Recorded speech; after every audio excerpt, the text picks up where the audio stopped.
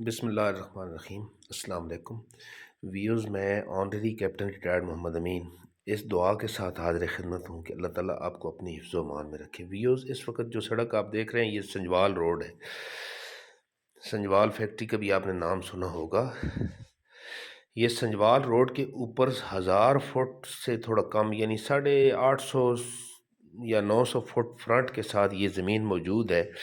اس میں سے تقریباً 25-30% آباد ہے اور باقی غیر آباد زمین ہے، اور کچھ اس میں پہاڑ بھی ہے، اور آپ یہ سمجھ لیں 50% اس میں پہاڑ ہے، اور باقی زمین کچھ اور مزید آباد کی جا سکتی ہے۔ 50% آباد یعنی ٹوٹل ہو جائے گی 50-60%، اور 40-50% آباد نہیں ہو سکے گی۔ اس میں آپ جنگل وغیرہ لگا سکتے ہیں، اس میں آپ زیتون کے پودے لگا سکتے ہیں، اس میں دیگر کئی طریقے ہیں، اس میں ڈیرا آپ بنا سکتے ہیں۔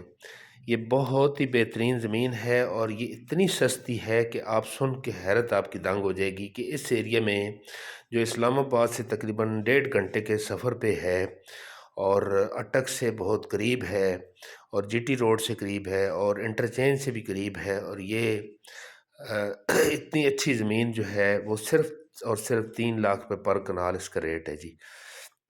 اور سب سے اہم بات یہ کہ روڈ کے اوپر فرنٹ اس کا بہت بڑا ہے، اور کسی کمرشل پوائنٹ آف ویو سے بھی اگر آپ اس کے اوپر کوئی پروجیکٹ لانچ کرنا چاہیں تو وہ آپ آسانی سے کر سکتے ہیں۔ ویوز، اگر آپ نے ابھی تک ہمارا چینل سبسکرائب نہیں کیا تو آپ سے گزارش یہ ہے کہ ہمارے چینل کو سبسکرائب کر دیں اور بیل آئیکن کے بٹن کو کلک کر دیں، تاکہ آپ کو ہر نئی آنے والی ویڈیو کا نوٹیفیکیشن حاصل ہوتا رہے۔ ویوز، اگر آپ ہماری یہ پوسٹ جو ہے پسند آئی ہو تو اس کو لائک اور شیئر ضرور کیجیے گا، تاکہ باقی لوگوں تک بھی ہماری آواز پہنچ سکے۔ اللہ تعالیٰ آپ کو اس کا اجر عطا فرمائے۔ ہمارے لیے بھی دعا گو رہیں، اپنے بچوں کا بھی خیال رکھیں۔ اور ویوز، ایک آپ سے میں اور بھی بات ذکر کرنا چاہتا ہوں کہ جب آپ زمین خریدتے ہیں تو اس میں کچھ 4-5-6 پوائنٹس ہوتے ہیں۔ نمبر 1، اس کا راستہ ہونا چاہیے۔ نمبر 2، اس کے مالکان زمین بیچنے پہ راضی ہونے چاہیے۔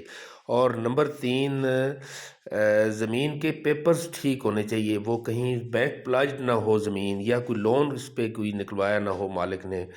تو یہ سارے پوائنٹس ذہن میں رکھنے چاہیے، تب آپ کو زمین خریدنی چاہیے۔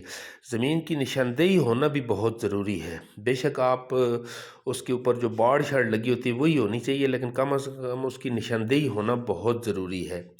اور زیر زمین پانی جو ہے وہ ایسا ہو کہ فصل کے لیے نقصان دہ نہیں ہونا چاہیے۔